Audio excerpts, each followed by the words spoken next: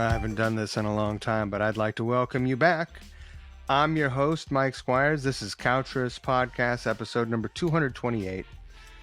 And this episode, my guest, this glorious return to action, my guest, Rachel Flotard of the band Visqueen, and also Neko Case. I've known Rachel for a very long time, since 1995, I think. 95, no, certainly no later than 96. One of the greatest humans to ever live. One of the funniest, smartest, greatest humans ever. Also, happened to front a killer band called Visqueen, who is reuniting for a benefit reunion show November 18th at the Tractor Tavern. It sold out in a matter of hours. So let's hope for a second show. Let's hope for an add-on. That would be wonderful. If not, well, who knows what'll happen. Maybe they'll come out of retirement. The show is a benefit for the Lilith Fund, which is an organization. It's a reproductive rights organization in Austin, Texas, that helps people who really need it. Helps women take charge of their reproductive rights, regardless of their financial situation. This is, I believe, this is something that is necessary. Something Texas should stay the fuck out of. And it's not a surprise that a crew of folks like Visqueen would come out of retirement to do something like this, something that's great and benefits folks who live in a place that need it. This is where we live, folks. Let's step into action and help each other. So, Rachel, you're amazing. Hooker, Christina, you guys are great. Thank you. I'm gonna try to come to the show because they're an incredible band. If you aren't familiar, Visqueen put out 3 records. They're all killer. You can find them on all the streaming services. And that's what you need to know. You need to know they're killer. Anyway, I'm really happy to be back doing the podcast. I'm really stoked that my first episode back is with Rachel. Again, you'll see I love this person. She's wonderful. So I hope you guys enjoy this conversation. I would like to thank everyone who has stuck with me through, I've been on tour for months this year. People, Patreon, you guys stuck with me and supported me, and I really appreciate that. The bills that keep the website and the podcast and everything posted and happening up there, I still pay those things, and so your support means a lot to me. Also, I have been working on videos, and we're very close. I've got a number of videos that are being built at the moment. It's harder to keep the ball rolling when I'm on the road, but there's one very, very cool one that's almost done. So hopefully that will be out very shortly. Thank you so much to Patreon supporters.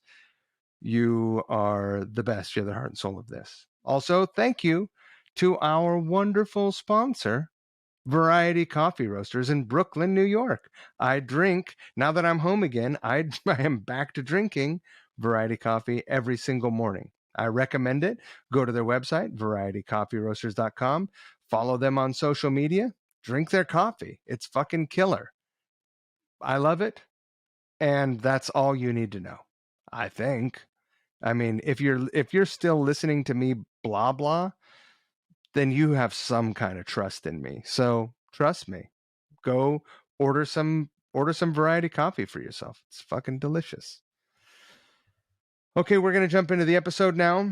We had a great time. We had a fun conversation. We talk about Rachel's musical history and her journey into parenthood. We talk about the reunion and all of the preparation and fear and anxiety and excitement surrounding that. And it was a load of fun. So, without further ado, let us begin. Like the Lettermen Show, where it just kind of comes in. Yeah, I've been on it. Okay. I know how it fucking works. You've never been a fucking sit-down guest, have you? Have you talked to him? I've been a stand-up guest, and he actually, I feel like he beelined for me. I think he's got a thing for the Reds. Is that right? He came over and talked to you first? No, he fucking didn't. In my mind, he was totally going to. But, you know. Do you know the great Andrew McCaig story? Some friend of his played on the Lettermen Show. And afterwards, you know, he walks over and he's always like, hey, blah, blah, blah. And you hear that because the mic is still hot before it cuts to commercial. And he's like, oh, so you guys are from Chicago, huh? And the guy goes, yeah. And then the light goes off and he goes, who cares? And walks away. You know, it's so good. That's really like fucking triggers my trust issues. Why?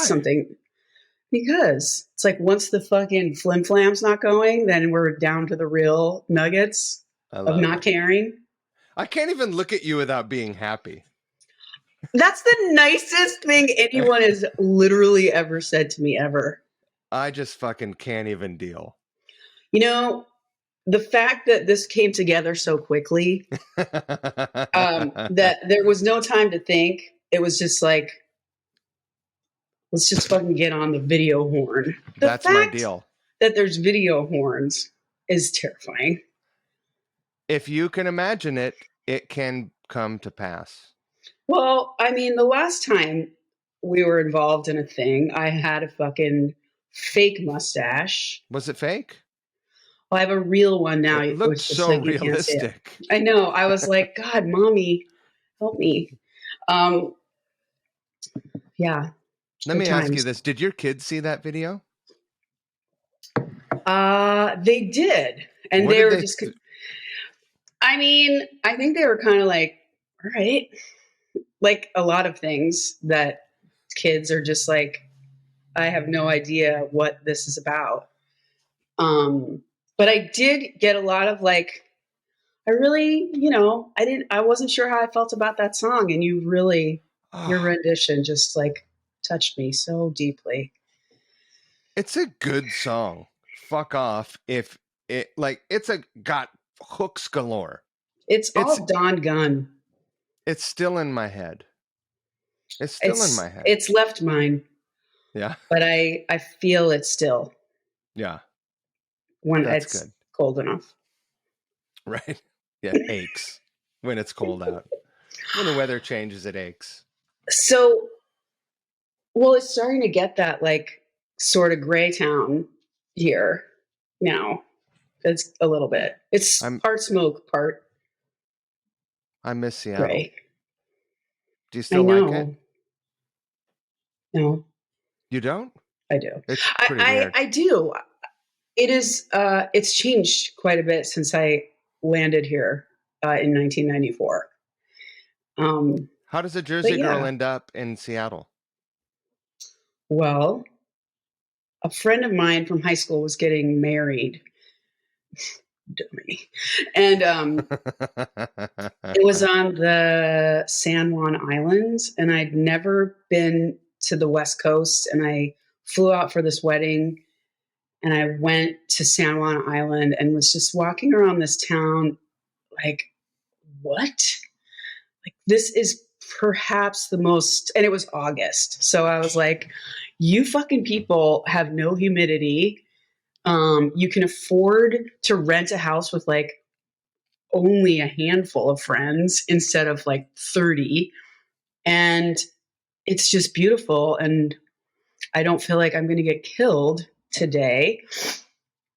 And it just was grunge times. I was like, are you fucking kidding me? This is the best. This is grunge? Yeah, it's like grunge is gorgeous. This is the fertile breeding ground of grunge? Yeah, I was like, I'm going to go watch singles 5 million times and pack my bags. And that's pretty much what I did. Really? Yeah. What's your favorite part of singles? Oh my What's your God. favorite performance in singles? There's so many. It's like, I felt like when Bridget Fonda she's like, if I make this basket, I'm going to call him. Like, if I make this basket, like, and she just like keeps throwing it like and missing. And then she was just like, fuck it, I'm calling him. And then it's Tad, like, lady, I'll be right over. Right. That was a resonant moment for me. Also, like any club scene where you're just like fucking nerd walking around, like, I loved that movie. I also did. So you got there in 94. You got there around the same, like, a year after I did. What? But you were still in Washington. You were a Washingtonian. I was a Washingtonian, but I skipped town for a few years. I know. So when you got to Seattle, what happened? Like, you fucking got a job and you went about trying to find a band? You know, I did. I drove out here with like a bunch of lamps and shit in my Volkswagen Rabbit or whatever I had at the time. And I landed in Fremont, and I had a basement studio for $360 a month. This is the good And days. it was the full salad days. And I was like, I guess I should figure out how to get a job. And I just made up a resume of skills. And, you know, I think I wasn't immediately like, I want to start a band, but I had started, playing guitar and like kind of like woodshedding out in my room. But I was too afraid or like not confident, or what am I doing? Wait a minute. You never played music in New Jersey? No. Did you sing? No. This is a huge development in my knowledge of you. We've known each other for like almost my entire adult life. Since the Fremont days. Yeah. Since I walked up to get a coffee from my new apartment and I was like, you. So, yeah. Fast friends. No. You had a fucking bumblebee on your glasses and it was my favorite. And do you remember the bumblebee? Yeah. I stole that sticker. Was it a sticker? It was a sticker. Well, it was like right here. Yeah, it was. I was like, that guy's got a fucking bee. He's nice. But it was really, I know, tricked you. It was walking down at the other side of my street was Loud Music Company, where I met Rob Skinner. I was like walking past the window, like, like nothing to see here. And he basically like was like Mr. Miyagi. Like, come in here and string all this stuff and unstring it and do this. And, he was just so fun. And so, like, of course, because I had been just like playing and writing and like I'd always, I was a big like car radio singer and by myself. But, it was all dudes. Like, right. I had dude friends in bands. But in New Jersey, I mean, surely you knew you had a good singing voice from singing in the car or whatever. It never occurred to you, maybe I should get a microphone in front of my face? No, it didn't, because I was too busy, like, fucking being dumb, or I just was, it wasn't like available to me. I think about it now, and sure, there's a few things at 50 that I feel like I could have done differently, but I just didn't. It just wasn't the place. Throw on a fucking copy of singles and move 3,000 miles, and then all bets are off. That's right. But I think being around bands and being like watching made me more apt to just be like, you guys are actual dipshits. Like, it's okay if I try and do this. It's pretty remarkable when you see how the fucking sausage is made, so to speak, right? When you get a you get a little glimpse behind the scenes, and you're like, you're the person that's from that band. You're a Yeah, you're a dum dum, it's and called you can do it. A, D, and G. Everyone. You have to set an alarm reminder to breathe every morning when you wake up. I mean, it wasn't. I guess I don't know. Do you want to talk about toxic masculinity? Is it an elephant in the room? No, I but mean, I think about what my drivers were back then, and they're different than what maybe my drivers are today. But I just didn't feel like um, I didn't have the support probably to go out and figure how to do it or what to do. I answered a fucking ad in the Rocket for my first band, because it said, "We're not scary." And I was like, that's awesome because I'm so fucking scared. So I'll just call these guys. Um, but, uh, but yeah, no, I did. I loved music and loved singing from a very young age, but certainly no one was like, "Get on up there, Missy." well, the world was privy to an incredible treat when you decided to cross that You threshold, I just think. stop it. No, for real. But the part of that story that makes me sad is that I think about all of the people, and particularly not as much anymore. There's a lot of tide change, but Mm-hmm. from, even 10 years ago, like the kids and young girls who didn't have the confidence or encouragement. And that makes me sad because I think about the talent that never was developed in the world and what Yeah. we've missed out on. Well, it's true. But also, I think that 1980s, 1970s New Jersey was a little bit of a like, you can be in the video, Right. but you can be like a girlfriend, but it wasn't really, and I did not fit the mold of any type of like video. I was like fucking Peppermint Patty rolling in, like, "What's up, guys?" Like, there Can you sell wasn't, shirts?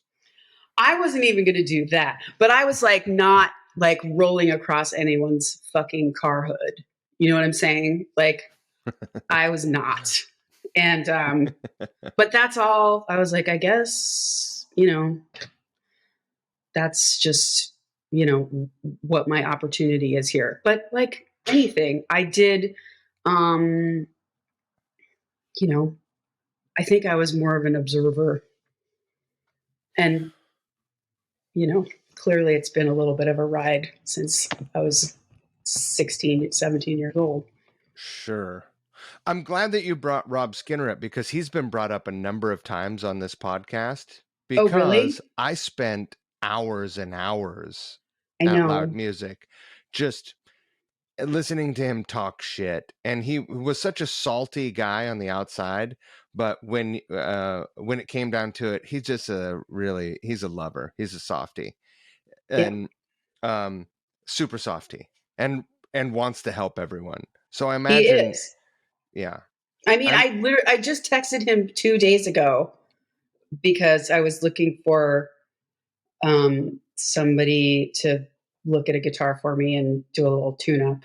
I mean, he really was a big part of encouraging me. He's like, "Here, take a look at this. They're called the Muffs. Hey, take a look at this. This is X." Things where I was just like, "Oh," and treated me like a person, right. which was super. And he was very encouraging and really cool. So I spent a lot of time in that shop. Was that ad that you responded to, did that band become Half a Cat? No, so the band that I responded to was a band called Skookum Chuck.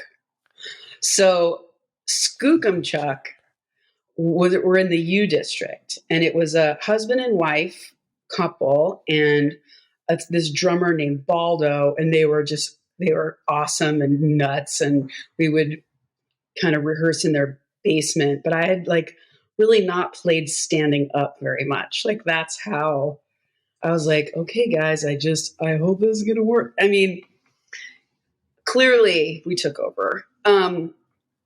But no, I met. I was in Rob's shop, and I was like, I can't. I don't feel like this is my band. Like this isn't what I want to do.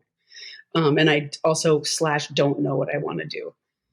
And he's like, my friend Tony Reed's wife has a band in Bremerton that I think you should see, and they're playing at like the Color Box or Rupert's or some Pioneer Square thing. And he's like, here's their CD.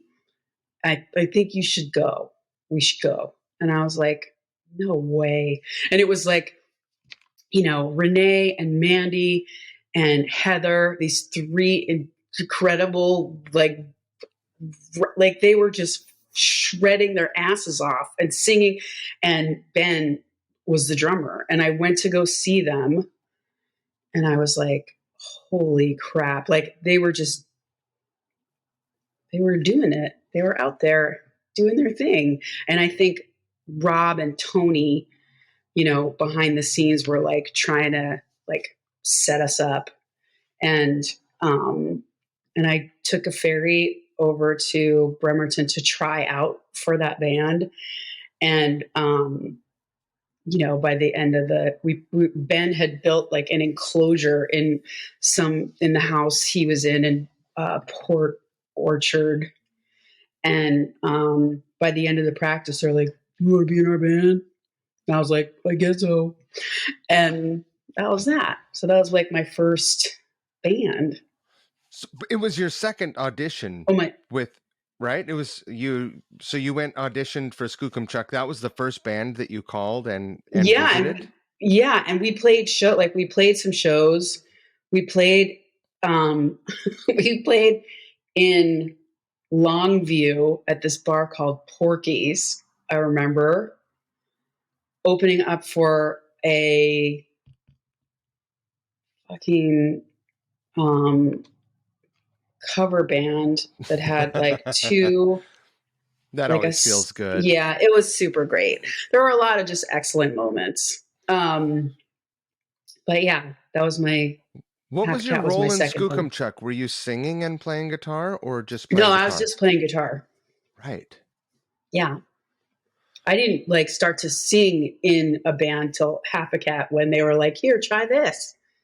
And then I started, and then Mandy Reed and Renee were the singers, and they just kind of like jumped me into their gang. And so that's how I like got my feet wet and played, then I was like, oh my God, like we can do this. And, we played fucking gas station. We would play a letter opening. Like we would like anything, and did. But eventually started getting some good shows.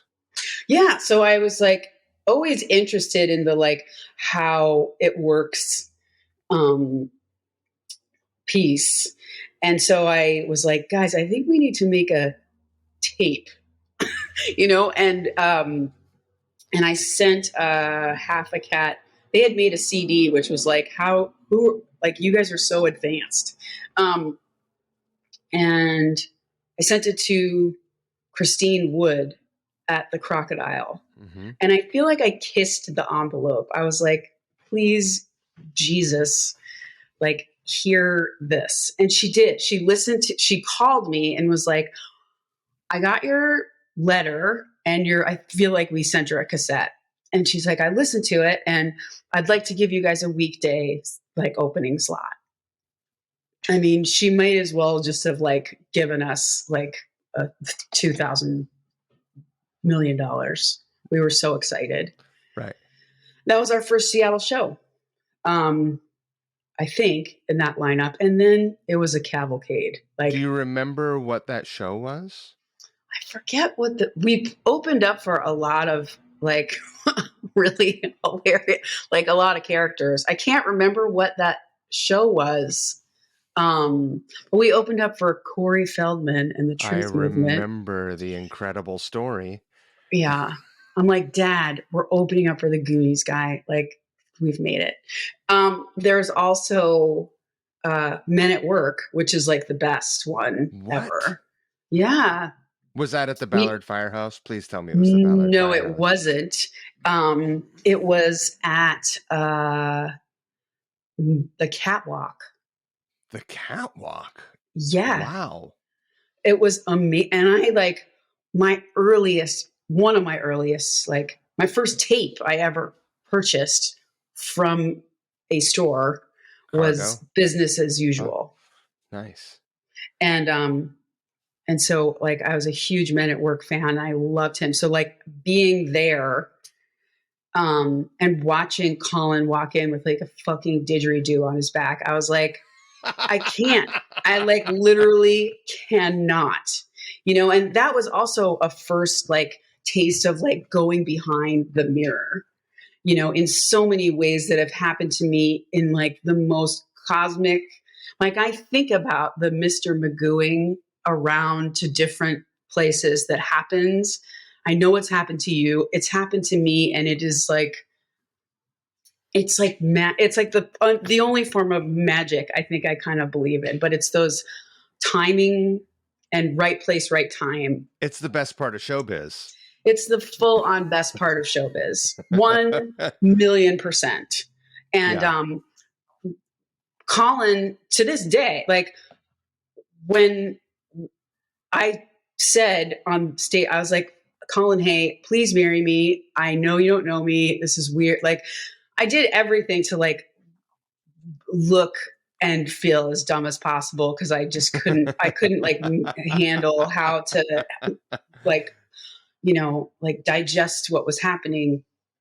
And after the show, we were all hanging out and he was so lovely. And I spent a lot of time with him afterwards. And it was just like one of those, like I was on air leaving the place and many, many years, maybe 10, 15 years later, my dad had died. And I had just finished Message to Garcia. And I was like, I'm fucking just going down to LA and I'm just going to like knock on some doors and do whatever, like, wherever this leads me kind of trip, which I used to like to take a lot.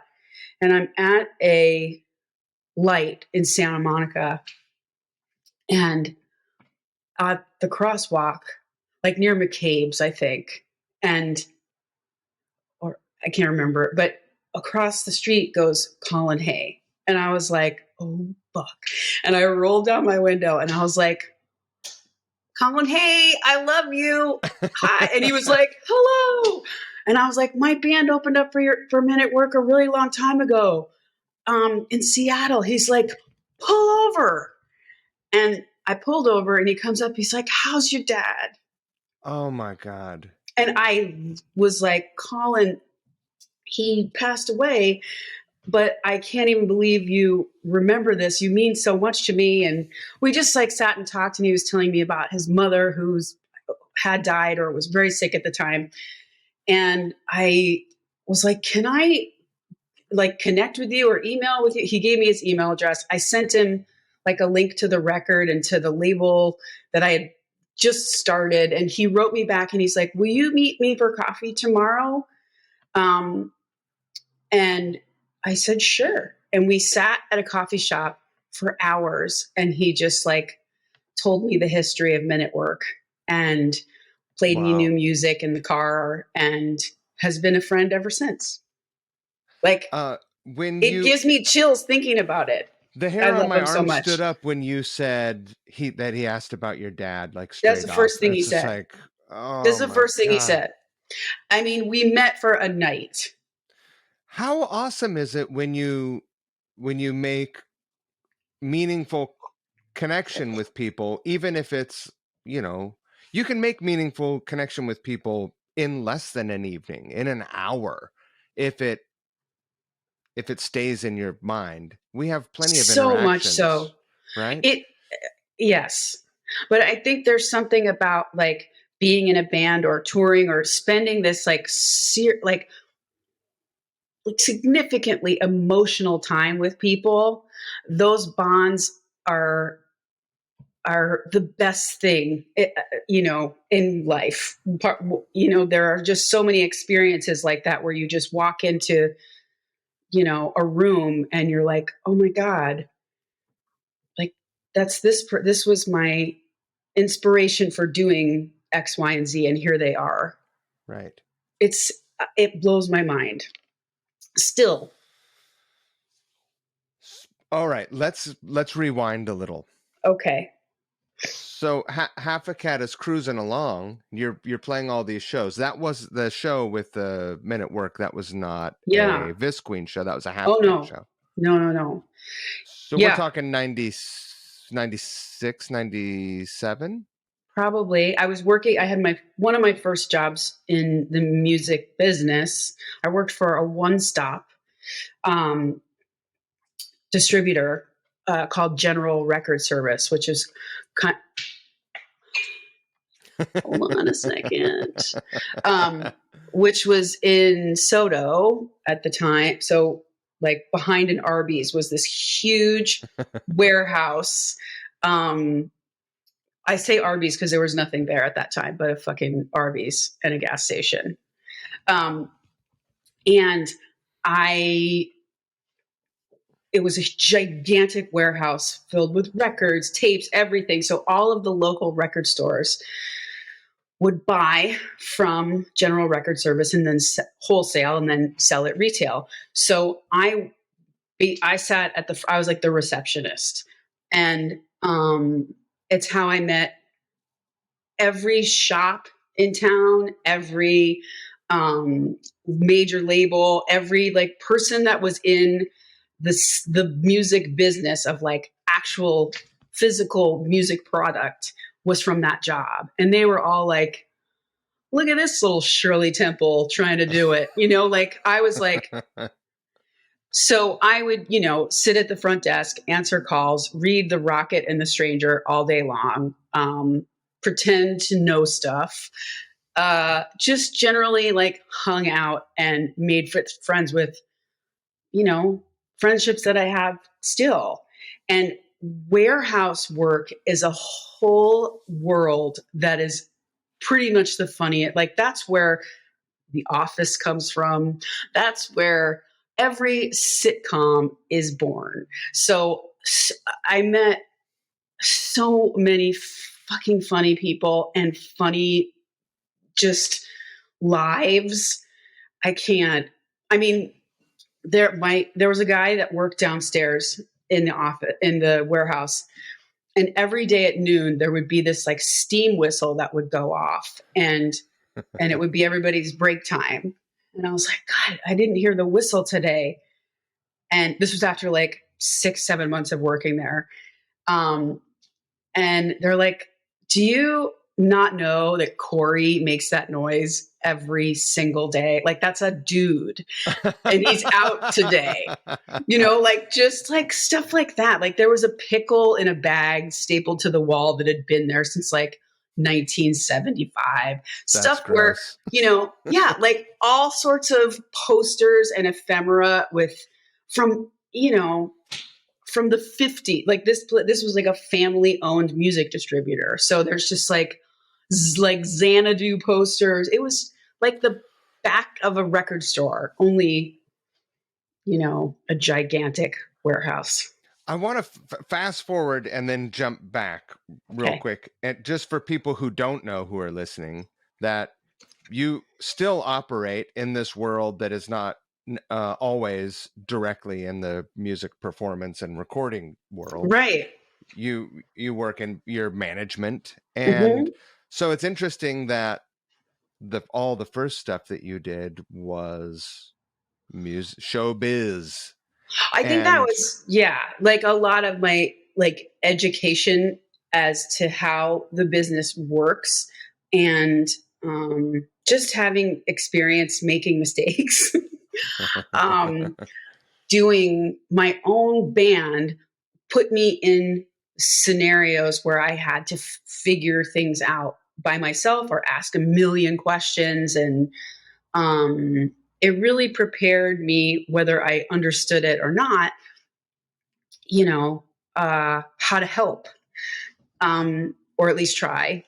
And that really, after I stopped touring so much and became a mom, I really like leaned into those skills and have been an artist manager for the last 10 years. And so I have a really unique view sometimes on how to approach a problem or how to help represent your client or just, I think you have to be trying to make a phone call at a phone booth in the middle of nowhere, being late for something with no money. And how am I going to get there to be able to help solve a problem? there's no education like experience. No, and I'm so lucky, I'm so lucky that I get to work with really good people and I work for a large company. But I still get to like be myself and do what I do. But yeah, I have stayed in the music business, even though my creative self has been like cauterized by parenthood. Choice of words. Always an Mm-hmm. effective choice of words. Yeah. But but it's great. I have a job in a pandemic, and I Yeah. have to, I'm fucking fortunate. Well, I heard the pandemic is over.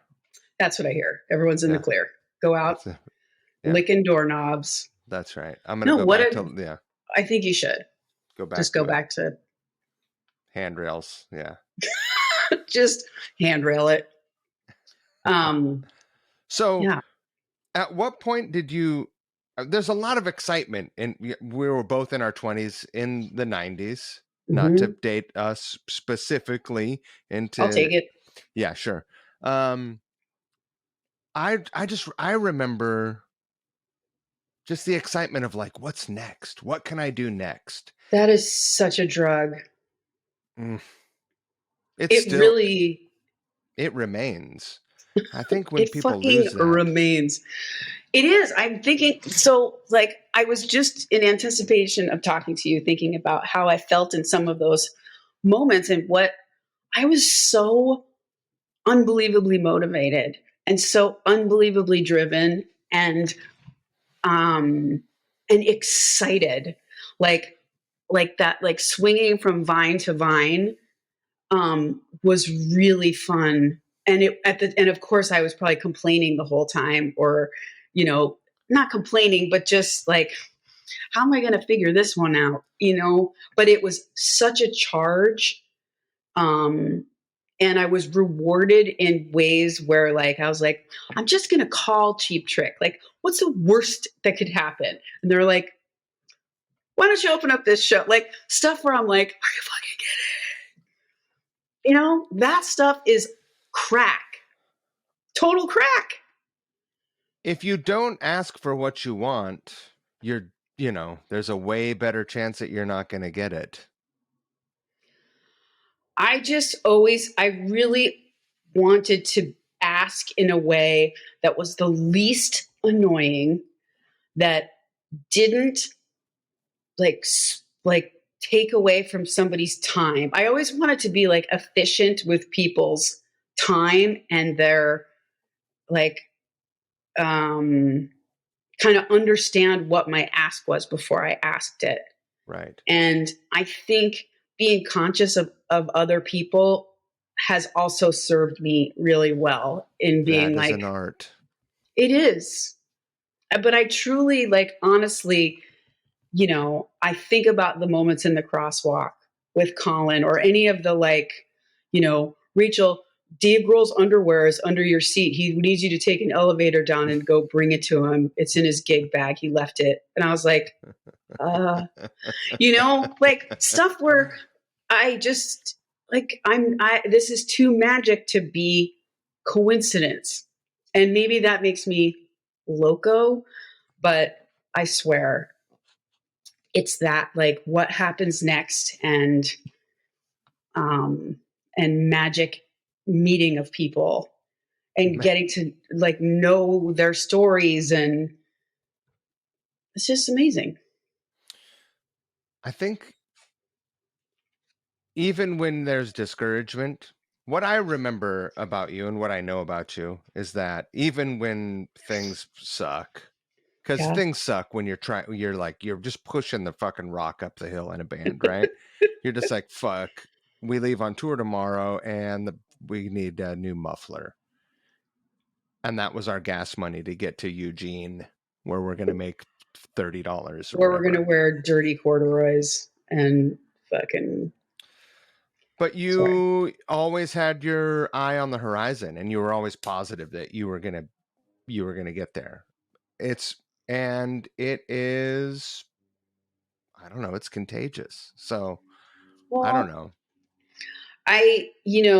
We're talking on like a very weird day for me, because yesterday I announced that my band is going to play a show. Yeah. And it is the most confusing, like heart achy, happy, sad, wild feeling for me. Because there's a part of me that like really turned off, I feel like when I was out there, like vine to vining towards the end, like after my dad had passed, and I was like, besides playing, I was like, it's like really taking care of a sick person. And like, it's someone that meant so much to me. So I really didn't understand how traumatic all of that time was until way later, like within the last like 10 years. But when I was out there again, I was playing my fucking guts out after he died and was having so much fun. And we had a new record and people really resonated with it. And I was proud of it. And I knew I could go play, and I didn't have to be like, I have to come home. Like I was free. And then I found myself like aching for a home. I wanted like a home so much that I realized that I was like just out there playing. Like, is it you? Are you my home? Like constantly. And then like I re-met Indy, and who like, that coffee shop where I met you is like where I met my partner, and he just became my home. And so once you find your home, you're kind of like, I don't want to leave home all that much. Sure. And then at 40 years old, I had a baby. And then like that just does its number on you. I was like, Dad, hit the rainbow, buddy. And then, oh my God, I am like responsible for this like tiny little egg. And then, so it just really changed my life. So thinking about that band and that time in the present, like I have to like do a fucking sit up. I have to like run in place and sing and try and like remember that time without feeling like sad about it, because it's different than who I am now. Right. But I still like, I haven't played loud in so long that I'm really looking forward to it, but I'm also really frightened, in a way. It's like riding a bike. That's what who just said that to me yesterday? Everyone. And I know, and that's why it's like, I'm seeing fucking old people bands coming out of the woodwork right now. And I'm like, yes. is that me? It is. Oh my God. I tell you, the thing that made me decide to do it, which is so cliche, but maybe not cliche, I did not expect this. Singles. It was fucking singles. No, it was Taylor Hawkins' funeral show. Okay? Like It I did was not it was phenomenal. I just saw, I was like, oh, this is on. It was the afternoon and I'm like cleaning up the house. I'm getting the kids breakfast and I'm watching this like static channel of like a show being put together and built. And I, I just lost it. I did. And for a lot of reasons, watching a band grieve a bandmate fucking killed me. Watching a son sit in for their father killed me. My son, Harry, who is 10, is a fantastic drummer. He's like a little Shane. And he played Smells Like Teen Spirit for his school talent show on video. And I have a video of him as a baby pulling himself up onto a speaker to that song. And so watching, whether I planned it or not, like there's like music in my house and music in my kids, but watching that little boy play, I was just so mad and so emotional about it. Watching knowing what I know now about production and what, Foo's management did to pull something like that off, like having been on the other side for so long and watching this and like all the crew coming out and knowing how many bodies and brains it takes to pull something like that off. It was really impressive. Well, imagine how many rehearsals went into that, to all the different performances. Dave sat in with a bunch of people. I'm sure it was not just like, all right, we'll run the song. Maybe it was. We'll run the songs the day before. I don't know. I really was just it was so emotional. And it's like, I don't know them. I don't know that band. I know I'm closest to Barrett. And that's how I met Dave, or peripherally know them. But to see, like, they've been a band such a long time, and to have one of their closest, like, I don't know what I would do without Ben Hooker. Right. And I don't see him.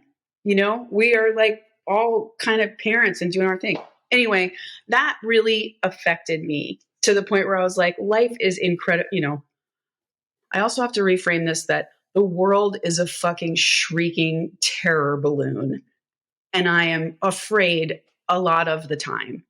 And I have no right to complain about feeling that way or anything. Like, turn on the news. So the fact that Taylor Hawkins, like, that performance that day affected me so much, and in a sense made me want to play rock music. Like, that was so fucking aimed at my like age group. And also like watching fucking Rush. Like, How fucking killer was it to see Supergrass? It was so killer. It was so wonderful. And like, part of me is like, I grieve for that, for anybody who loses someone that's so close. I am mad about, I don't know, just like someone losing a parent. I look at it like, again, I have so much respect for that camp and for them, but I'm like, there's like so few women here. This is like, Chrissy, and I had like, they played so long, I had to like run out to the store and come back and it was still going. Right. Kesha, Violet Grohl was lovely, Yeah. you know, but I'm like, you know, where are we? And like 50-year-old ladies are like, you're fucking ghost. Like there's no, you know, so I think all of that combined and then just feeling like I want to play, like watching Stuart Copeland, like I love him so if I like it was like a Josh Freese, Stuart Cope, like I can't. I What mean, was what was the first call that you made? Who was the first person you called? And did you talk to Indy? Did you say like, I think I want to do a show, or did you just do it and did you tell him? they I bet he was just like, wow. well, he was like, what? I mean, he was like glued to the TV that day, and we had been at like the this woman Lee who works at the tractor who's so amazing and lovely, and was like, "Can we would like you to play? Like, would you come together and play a show?" And I was like, I can't. Like, I tried to think of every reason in the book Right. why I can't and why it's too hard. Like I go to bed when it's fucking light. I can't do this. And then I was like, yes, I can. And I'm nervous. And I said yes, you know, like with anything that you're nervous about or afraid or trepidatious about, you just say yes first and then you freak out later. Those are the things that you should always say yes to. And that is why I did. And and And I know that. I know that really well because I do it in other situations, but this was different. And, you know, and so I said, yeah. And so now I have to like learn all of these songs that I forgot how to play. So let's talk about that. So you're asked to do a show. Mhm. Who was your like counsel? Did you hold a counsel with anyone? I asked my sister, um, and she was like, are you fucking dumb? Like, go do it. Like, what is Right. your problem? I Your mean, sister's great. my sister is the best. Yeah. My sister, who is a photographer, she is a shoot today. She's shooting in the fucking Empire State Building today. Like, flew her out to shoot. Like, she is a rock star, and I am so proud of her. And she and I do, I'm so lucky. Like, we get to do so much stuff together, and she is a big inspiration to me right now. But she was like, don't you, what? Like, you're thinking too hard about this. So she was my counsel. Of course, Indy was my counsel. And sometimes I'll come in, like the kids will watch Visqueen videos. Like Iris will be like, look at this. And I'm just like, oh my God. Like I can't listen to any of it. I just don't. But Who did you they are phone like first? Once you had decided Ben Hooker. yes, you called Well, I Ben was, first. oh yeah. Cause I was like, there's no me without him. And I was like, well, dude, and he's like, all right. Like, so, like Ben has his own company called, cause Ben is like one of the most sought after, like boat, like he's worked on like boats forever here in Seattle.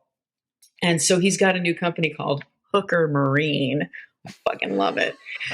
Cause his name is Ben Hooker. Right. And I was like, Ben, we just got asked to play a show. Like friends are coming. Like they told some other folks like in the tractor circle, like they found us a practice space. Like people have come out like, please, like here's a practice space here. Like they made it impossible to be a dummy. They cleared all the hurdles for you. They were just like, we're not, you know, and how nice is that anyone even cares? So Ben was like, all right. And then I texted Christina. I was like, what are you doing? Like, we're all just like weird Rip Van Winkles in our own like place. But I've been going through a lot of pictures and stuff and fucking dying. Like, such good shit. And talking to Warnick all the time. I talk to Kim Warnick all the time.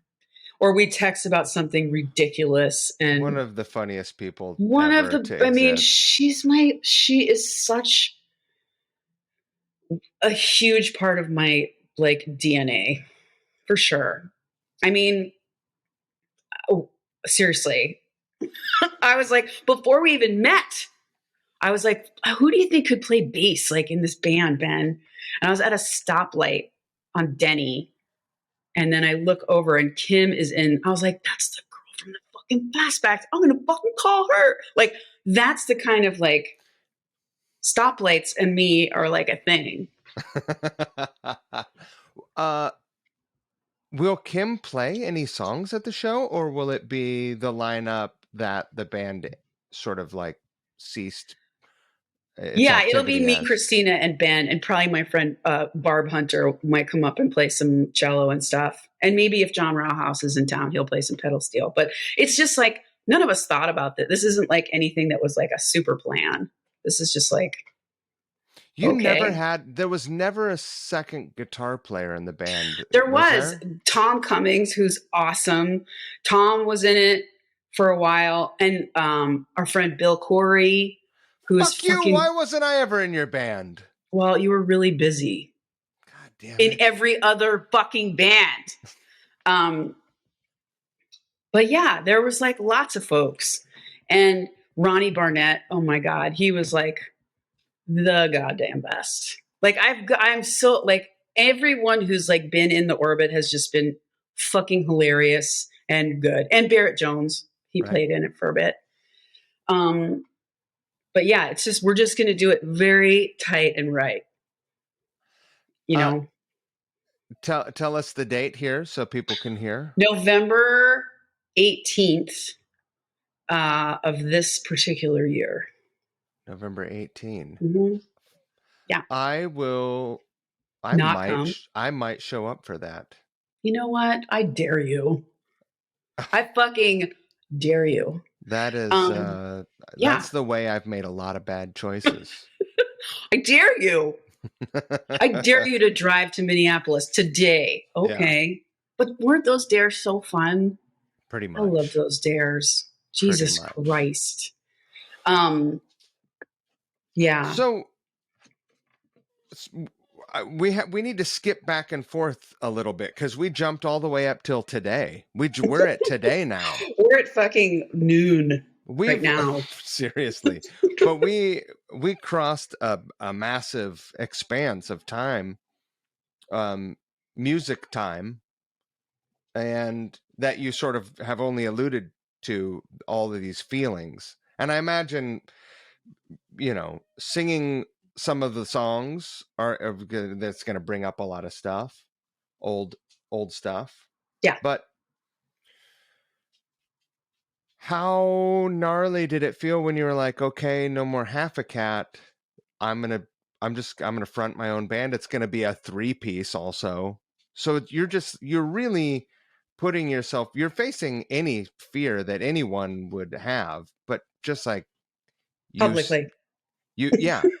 Like thrusting yourself right into the center, which is amazing. It's really like a not thinking about it, but also I know that I'm going to push myself to be motivated and healthily afraid and try. Like, honestly, there are so many moments where you're just like, I just have to trust that I'm going to figure this out. But let's not kid ourselves. You did not think about it. You were like, I know you. You did not think about it. You were thinking it was all you thought about. This recent one? No, back then. Oh, that 100%. I was like, I want to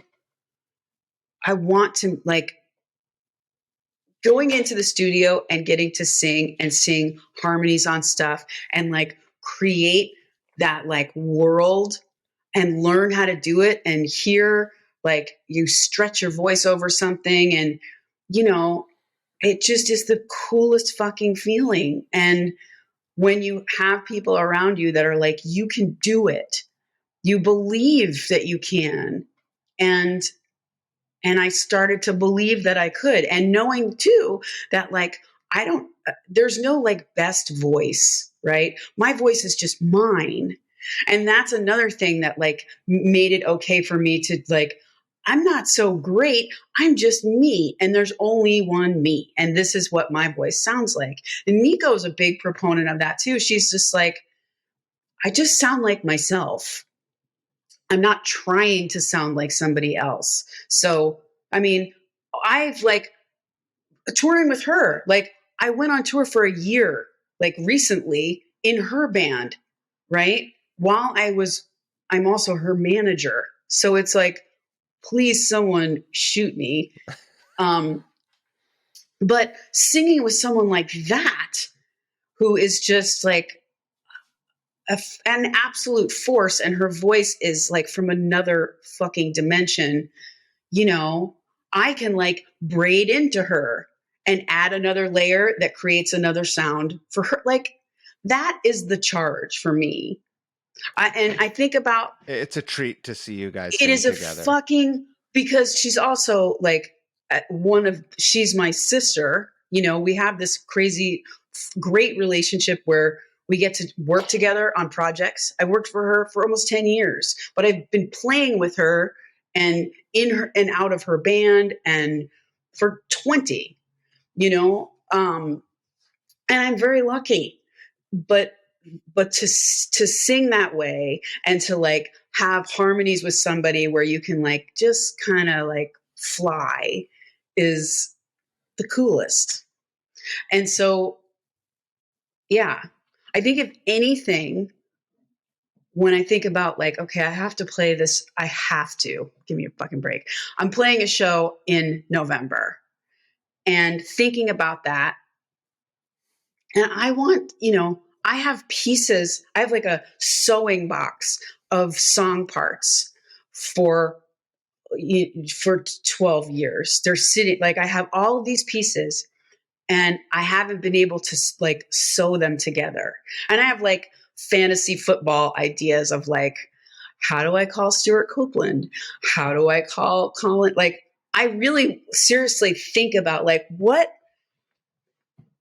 Visqueen is fun and great and like my 25-year-old self, but like, what is the like, what's my 50-year-old self?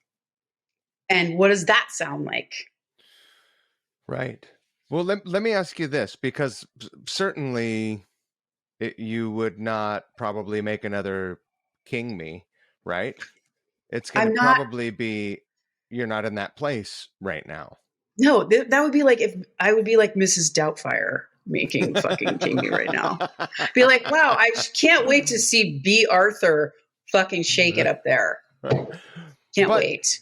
but have you started to prepare? Because I saw you sing and play guitar with Neko, but that is a far cry from the way you play guitar, especially on the first two records. That's For a sure. lot. That's a lot of downstroke, distorted 5150s cranking it out right there. Mm-hmm. So have you? And it's, I mean, it's pretty athletic. There's an athleticism to that sort of machine gunnery. Have you started to dive in? Practice. I And what did. is I that have. like? It's like I recently took my kids to see Thor, and there's one where he's like, I got to go from dad bod to god bod, and I was like, I physically, it's hard to do, but I'm just like not trying to not think about it and just like um practice. Right. I mean, I'm going to practice today, and it'll hopefully be better than it was yesterday. But I can only do pieces of songs. Like, I can't even get through a whole song. So this is going to be a real fucking wingding. It's well, you've got a bit of time. I know, but I also, it's tomorrow, right? But it's more like I need to start singing. Like, I don't even sing. So I feel like I need to like work up like breathing So it's gonna be, I need this. I really do need this challenge with all the fucking horrible shit on this planet. I need to like take my brain and put it someplace else for a minute, I think. For all of the horror in the world, don't you think that it's really beautiful though also? I do. It makes me paralyzed. It's paralyzing. Think about like what awful side effects the energy required for us to do this. You know, Yeah. there's that, but we get to talk like this. It's fucking amazing. And when I see you and talk to you and words come out of your stupid face, I'm Yeah. so happy. I mean, I feel the same way. Like, you know, so fuck the earth. So pretty much down with recycling. Let it rip. I want fucking placards everywhere. Burn plastic. Yeah. I mean, I don't know. The world is beautiful. I just hope that the smart people figure some shit out before we all perish. I mean, that'd be nice if that happened.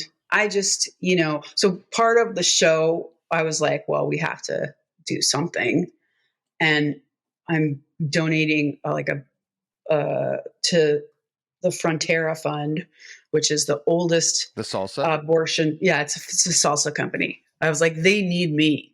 It's the oldest abortion fund in Texas to try and make sure that the fucking abbots of the country stay out of our goddamn underpants.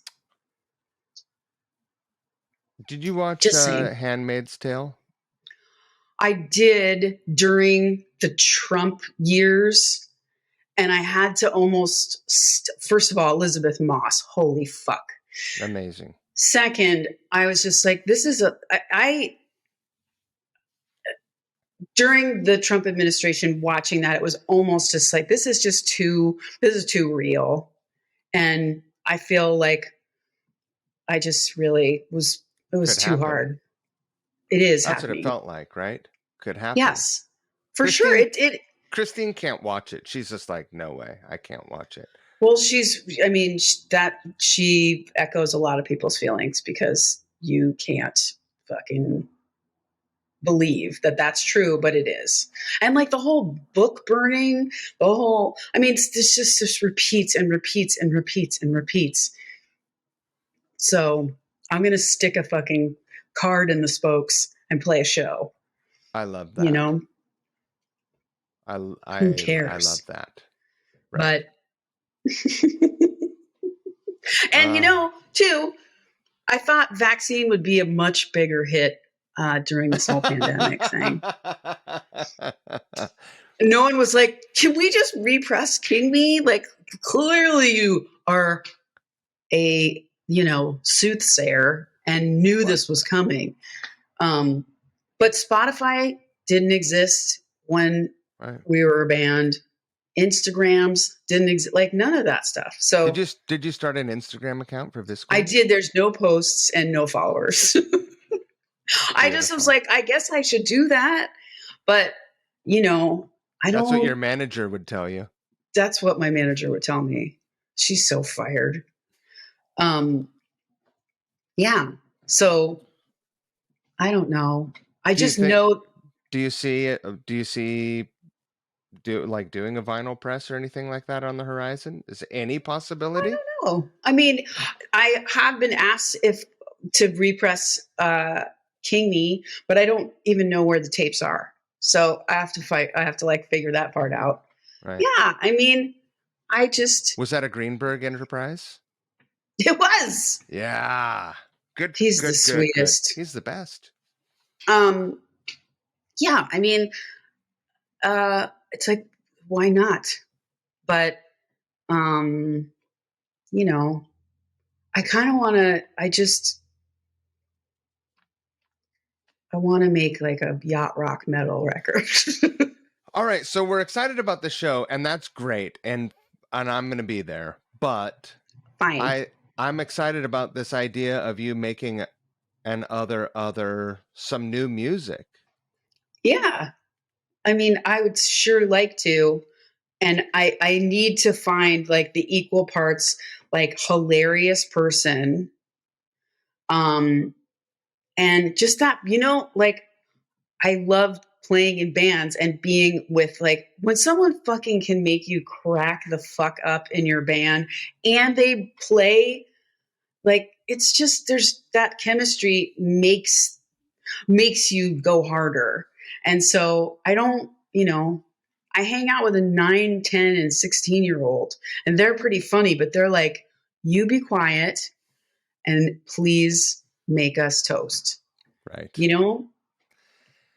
I don't know. I don't have much of a social life other than like my work and kids.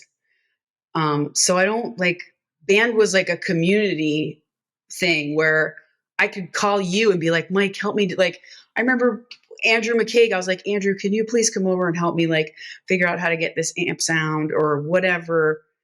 I just, Sure. I just don't have that community anymore. You absolutely do. You could pick up Good. the phone and call anyone. Everyone loves you. Cut it out. Everyone does. I love everyone, which is my problem. Same. I can't it's help it. It's a great problem to have. It's the best problem to have, and I wouldn't have it any other way. But it kind of makes you like ADD, like I hop around to a million different things because I get super excited about like, well, let's do this, and for the last several years, it's about, somebody else's projects, which is great because that's how I get like money and how I get paid and how I live and survive. But there's a part of me that's like, there's all these things I want to do. And then I realize like, oh shit, hourglass time. Like I'm getting older.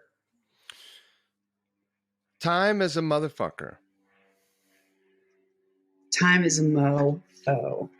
How was your touring? You've just we're not here to talk about me, but in reference to all of it, last year, if you told me that I would have had the year I've had, I would have been like, that's impossible. You're a liar. That's impossible. I'm 50. Yeah, but you're like, Peter Hook, sure, I'll come. And then you have a year like this, and it's incredible, But you, too, like, are an incredibly devoted and dedicated worker. That is something about you ever since the Bumblebee time, ever since I've known you, you have been like the most dependable and solid, like fucking worker. And in a really hilarious, amazing way that is like, just like I like am a magnet to that kind of thing. And you're like, there's not a whole lot of grass growing under your feet, and not in a way that's like, like super transient, but super like you work so hard and you are so, I don't know. I just feel like you've put in a lot of time and a lot of hours. Go on. It's true. I'm serious. I turn around and I'm like, you're working at the fucking Pike Place Market. You're here. You're on tour. You are like the fucking Swiss Army, like clutch dude.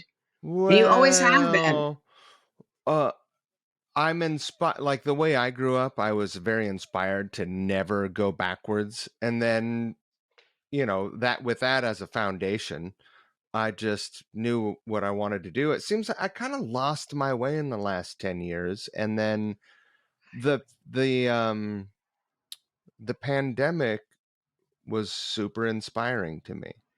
Yeah. It was like, but you also like inspiring. got married, moved to the East Coast. Like you have, amazing things happening. I'm just doing things that old people do. Like I'm doing the things that old people do. The same as you. You guys have a house.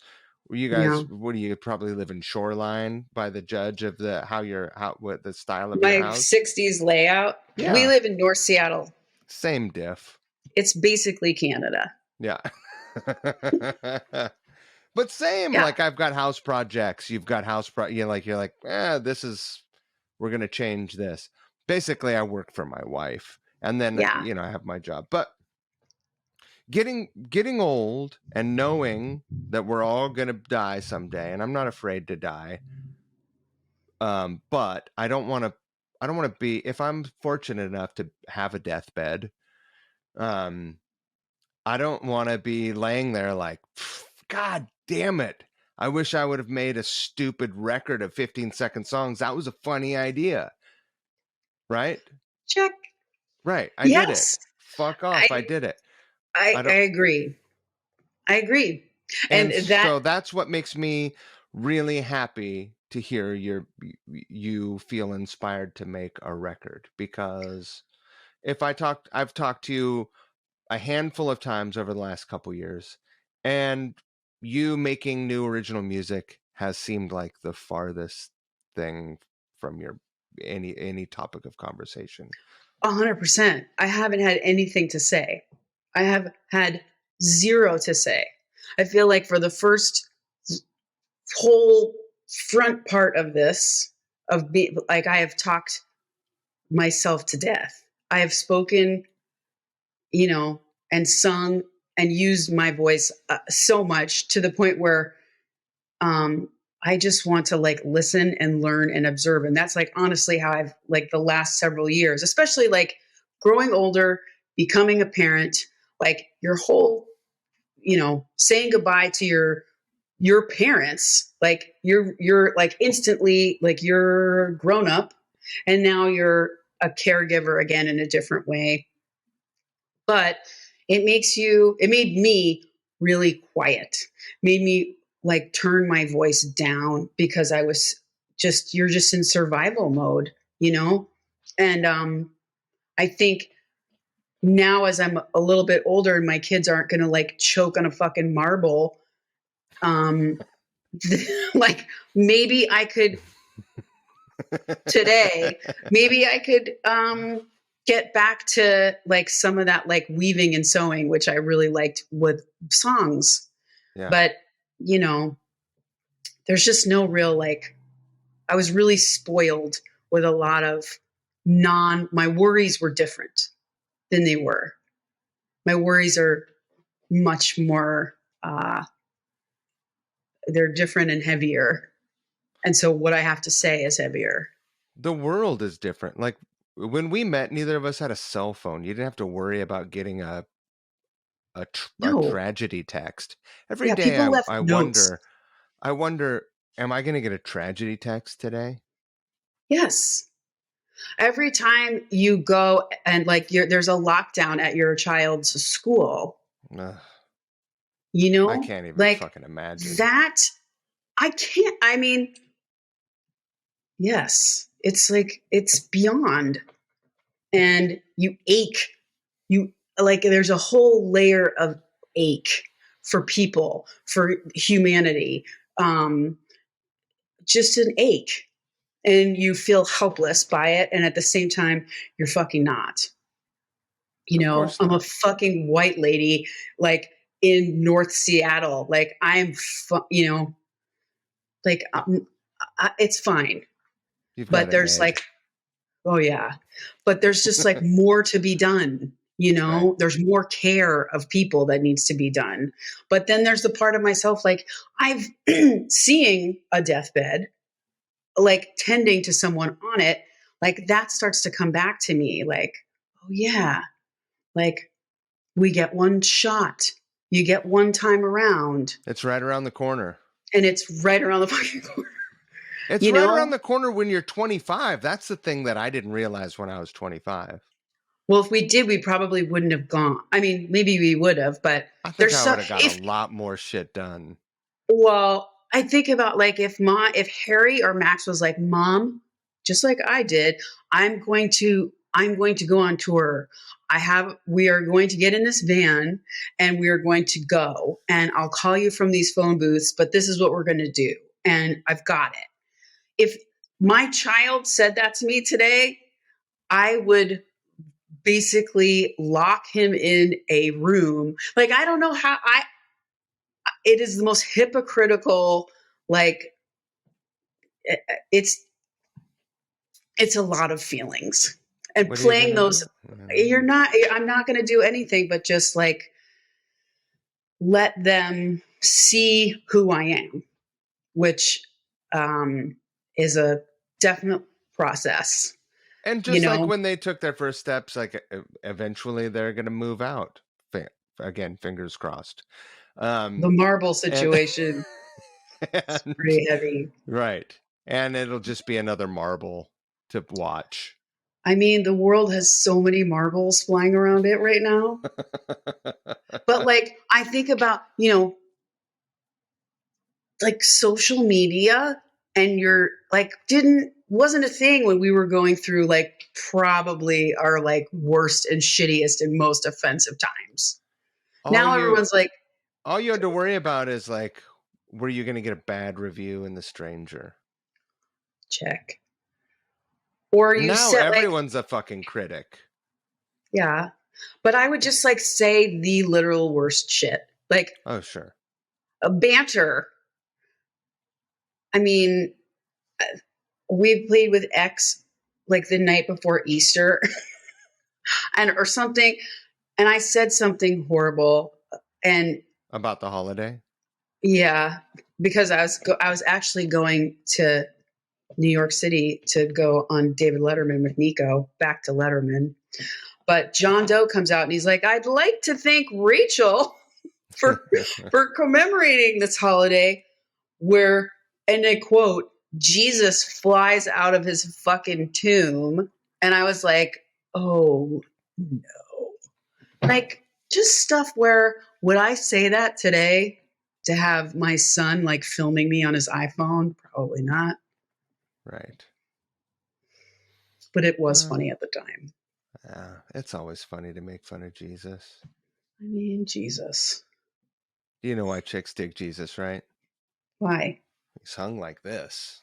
See, that is going to get you killed. Well, that, I mean, It's too, pretty like, funny. it is pretty funny. There's just like, Jesus save me from your followers. That's Pretty much. one of my faves. Pretty much. How are you going to attack getting ready for this show? And how are you going to attack making your record? And then we got to wrap it up because I have to drive to the city. Okay, I'm going to attack practice by saying that I believe that I can do it. Fuck yeah. And I'm going to go for a walk and get my goddamn steps in. And then I'm going to go literally into my shed and I'm going to start to stand and play. So I'm going to commit to like a good rehearsal regimen and just let myself have all the feelings because they're not all good. So I'm just going to have them, and I'm going to not be afraid to be a fucking Mrs. Doubtfire up there and like just let it all hang out. Like, who cares? Right. And then I'm going to think about how to assemble and manifest like what comes after, and how I can enjoy like sitting and making songs with someone. That's really, I have no interest in like going backwards. I want like just something new that makes me feel excited. And that's usually like comes with the person that I'm making it with, Right. And I don't know, but I'm putting it out into the cosmos. Stuart Copeland, Josh Reese, just call me up. I am gonna ask Colin Hay to like sing with me. That's like my bucket list. Amazing. Which doesn't feel like a fucking tough bucket. Come on.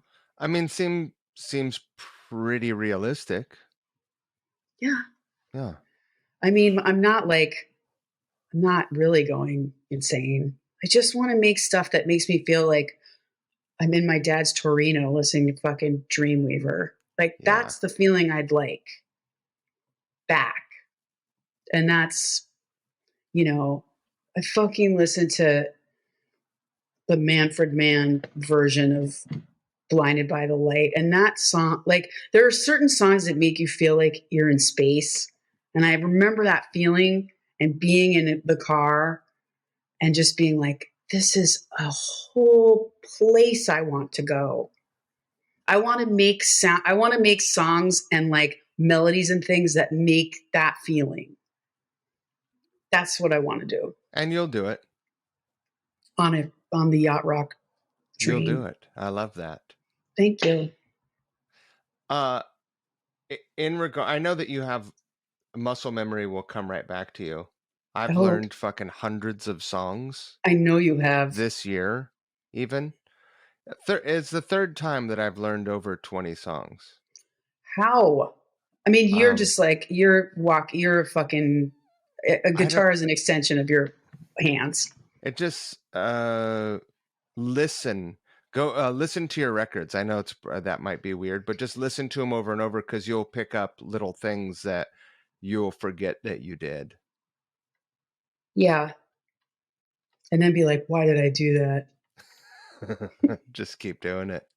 One thing I do, did I ever tell you that a couple of years ago, I was left, like I got a call from an estate lawyer, and a man that I didn't know left me 3 guitars.